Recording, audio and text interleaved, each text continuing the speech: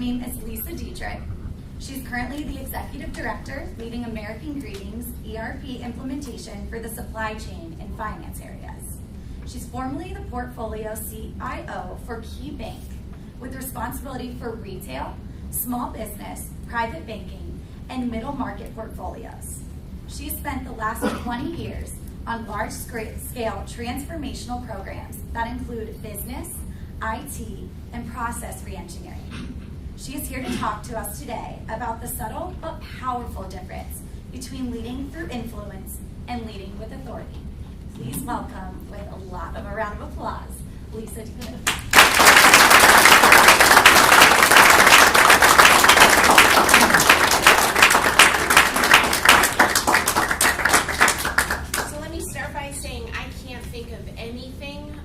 Built with more pressure than doing a speech to the speech club. Right?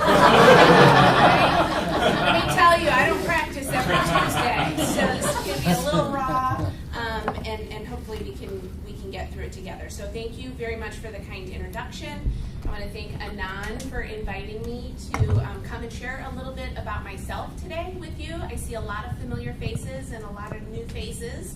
And hopefully if you're at American Greetings, this can be the start of some hallway highways and getting to know each other a little bit better as we go forward. When Anand came to me and asked if I would spend about 10 minutes talking to you guys on some kind of leadership topic, it snapped into my head right away. Why I wanted to talk to you guys about influence over authority. So in the last 20 years, I thought I had it nailed. I thought when I got out of college and I was a 20-something-year-old and I was hitting the professional scene, I knew what leadership looked like, right? And it resembled the corner office, right? The mahogany desk, higher up on the floor, kind of like the video game, right? You advance up, right? Taller the building, the more power you had, right? That was my idea around leadership. And then I was in a meeting. And this guy, we'll call him John. Luckily, his name is John. But for story's sake, let's call him John. He walks into the meeting, right? And the meeting quiets down. People take notice that he's here. He had presence. He didn't say much, but when he talked, people listened. They really wanted to hear what John said. And then it dawned on me, John's not from the corner office. The guy who came from the corner office had also been talking during the meeting, but not very many people were paying attention to what he was actually saying. Everybody listened when John talked. And more surprising to me, nobody reported to John. So how is it that John walks into a meeting, commands the presence and attention of everybody that was in the room, and none of us reported to him? Then it becomes clear, right? John doesn't have authority over us. John had influence over us. So as I went on to Case Western and did my graduate degree, I started to explore this a little bit. And to this day, I continue to explore it. And luckily, it served me well. Because right now, I have no one officially reporting to me. But I have tons and tons of people that I need to influence in order to do my job well and in order to serve American Greetings well. So I want to talk to you today about 3 major components as I see it, things that I'm working on, things that I'm trying to develop as it relates to influence, and then talk to you about how you might develop influence tactics and ossify them over time, and then hopefully wrap it up with a dialogue, because I would love to hear some feedback and some questions if you guys have them on the difference between authority and influence. So let me start by telling you why I don't want to talk about authority. I don't want to talk about authority because it has limits, right? Authority is a power base given to you by someone else. Either someone else in the organization or your boss. And it usually comes with boundaries. They give you a budget. They give you a department with certain roles and responsibilities.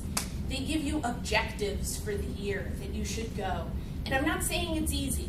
To be that middle management and be a departmental manager, it is tough work. But it's bound, right? Influence is limitless, right? That's a power base given to you by other people, whether they be your customers, vendors, your peer group, your leadership, the people that report to you, or the people that report to somebody else in the organization. So on the spectrum of powerful leadership, I would put authority at one end because it's got boundaries, and I would put influence at the other end because it's limitless. And I would tip the scales and encourage you guys to tip the scales, and we said it in the invocation, and I think Megan mentioned it before, influence is what we're all trying to develop. True magnanimous leaders, they influence people. They don't have control or authority over them. So 3 components that I want to explore just a little bit with you. The first one is you have to be legitimate. If you are going to influence people, you have to be legitimate to yourself, and you have to be legitimate to others. So what does this mean? If you're going to be legitimate to yourself, you better invest in yourself. Become the expert. You are worth training. You are worth education. You are worth exploration. So invest in yourself, and others will invest in you as well. Invest in others, right? Be legitimate with them. Become the expert. There's nothing more frustrating to many of us than attending a meeting and having somebody talk that has no grounds in any expertise. What happens? They can't influence you. You actually kind of get annoyed that they're talking so much in a meeting and wasting everybody's time, right? So you have to be legitimate. Legitimate is the power base of influence. The second component of influence would be investing in the relationships that you have with people, right? Influence is a people business.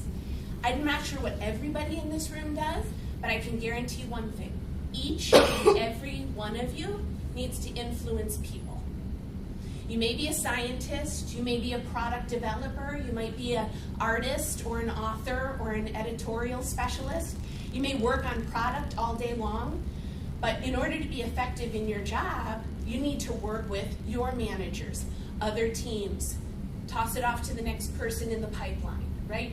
You need to have influence in people. So how do you invest in those relationships? It takes time. You have to create time to be with people.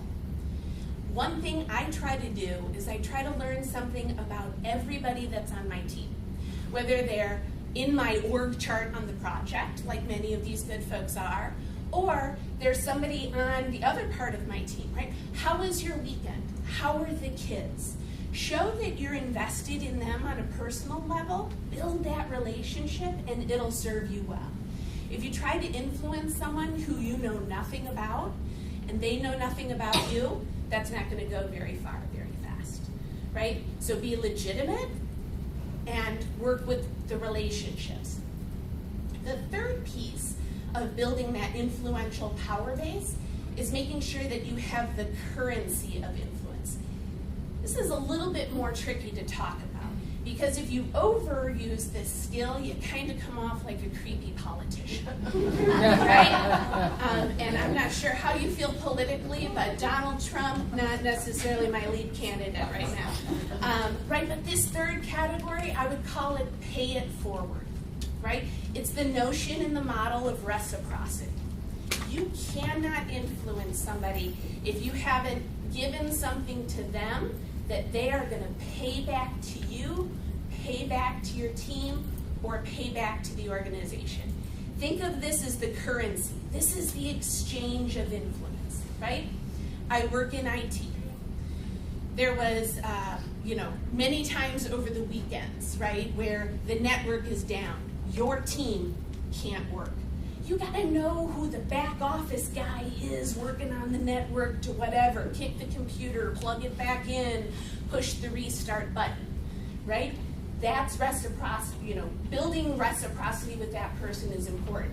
So how do you do that? How do you do that with people that don't report to you? It takes practice, right? And you have to willingly give of yourself.